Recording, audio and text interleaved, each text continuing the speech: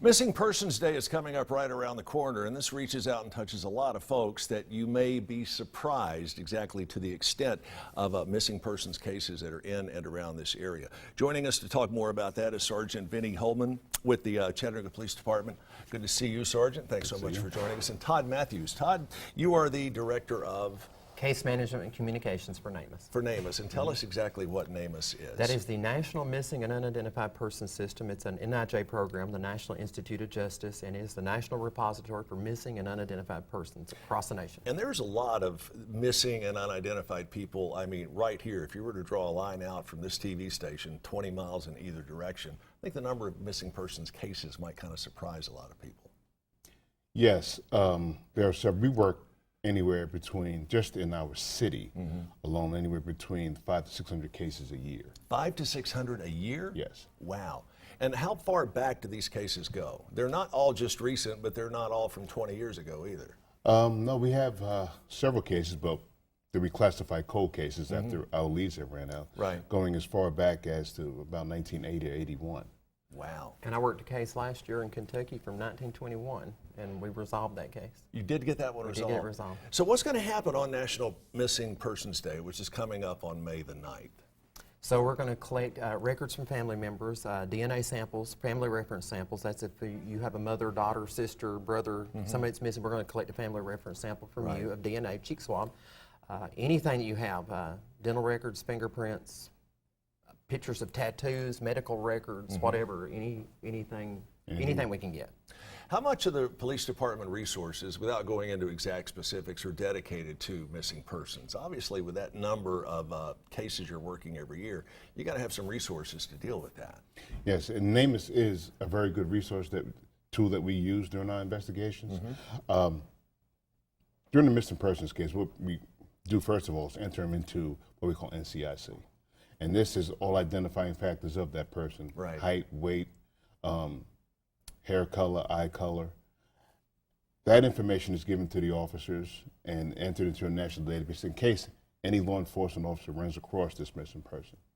And I've heard from a lot of folks who have some law enforcement background, working missing persons cases can get next to you emotionally, maybe a little more so than some harder edge crimes can. You can, and yeah. Yes, at times some investigations could become challenging, and we take that all into consideration. A lot of our missing person cases are runaways. Right. We will never have it's rarely that we do have a CSI type of missing person case, which is great. I don't want to jinx myself either. Understood. You know. But because of the amount of shows that are dedicated to missing persons, do you find the interest in missing persons cases overall spiking? Yeah, and sometimes it's misleading, because they think, I saw this on CSI last night and you could do a better job. And it's like, no, it takes a little longer than you think. So, does that help or hurt? It does a little bit of both. It draws the interest, but sometimes we have to educate people. Like you don't put a drop of blood in a test tube and it pops out the Social Security number out the other end. It don't do that. And they have a challenge in time figuring out why it takes months to do the DNA. And even if you do DNA, it could be years, decades before you have a resolution as a result of it. But you do have a lot of cases that are ultimately resolved and put to rest. You are able to track a missing person down. A lot of times I would imagine people go missing of their own free will. Yes, that happens. A lot of times they don't. That happens quite a bit. With adults, they seem to just walk away. They may be going through challenging times in their lives and just may not want to have contact with family members or loved ones. And that hurts adults too sometimes, because you have the right to be missing or unaccounted for any reason, and I might be dead, and because I have a right to be gone, maybe my family's not looking for me, or law enforcement's not looking for me. So it's because of our geographic proximity. I mean, we're right in the middle of I-24, I-75. You're 2.5 hours away from the biggest major cities in the Southeast. Does that kind of add to the number of missing person cases that you guys are having to deal with? Not particular. Like I said, we have different agencies around us that also investigate missing person cases. All right, tell us a little bit more about what's going to be going on the 9th of May, the specifics of it, when to when, where, and that sort of thing. Okay, on May 9th at the Family Justice Center over in the Eastgate, Center Right. uptown at 5705 Uptain Road from 3 p.m. to 7 p.m.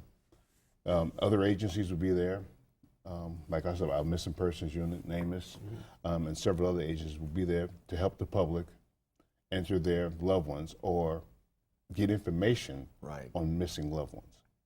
And you don't have to have someone in your family that's missing, but if someone wants to help out, they may know of a case that you guys are working. We want them there. And we're looking at people from Tennessee, Georgia, Alabama, anybody, and don't hesitate to show up.